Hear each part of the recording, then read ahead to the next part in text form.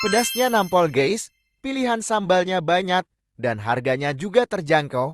Cocok buat jadi stot di rumah. Pagi ini gue mau sarapan telur bebek.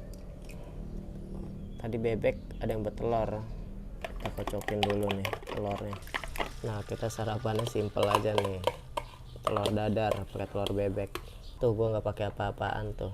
Jangan salpok sama kencengnya ya. Nah, ini simple aja sih ini gue.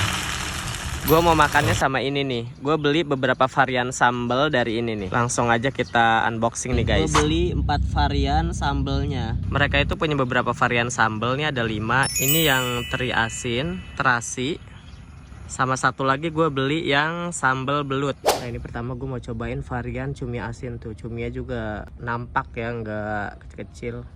Cumi asinnya tuh. Ntar kita campur aja. Sekarang gue mau cobain sambal belutnya nih. Kalau belut tuh pakai cabai hijau. Langsung aja kita masukin sambal belutnya nih. Ini gue tambahin lagi nih sambal cumi asinnya nih. Ini kita pakai telur dadar, pakai sambalnya nih, sambal cuminya. Sederhana tapi nikmat nih. Bismillahirrahmanirrahim. Bismillah. Ini pedasnya nampol banget ya. Pedasnya ini nampol. Pakai telur dadar aja udah enak nih. Sederhana tapi nikmat. Bismillah.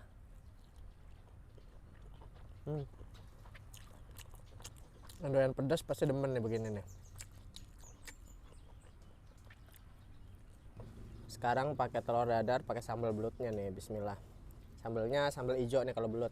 Bismillahirrahmanirrahim.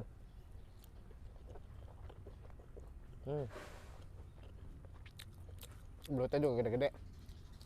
Ini gue udah cobain sambal belut sama sambal cumi. Lebih pedas sambal cumi sih menurut gue. Bismillahirrahmanirrahim. Sederhana tapi nikmat. Kalau dadar pakai sambal, pakai nasi panas. Bismillah.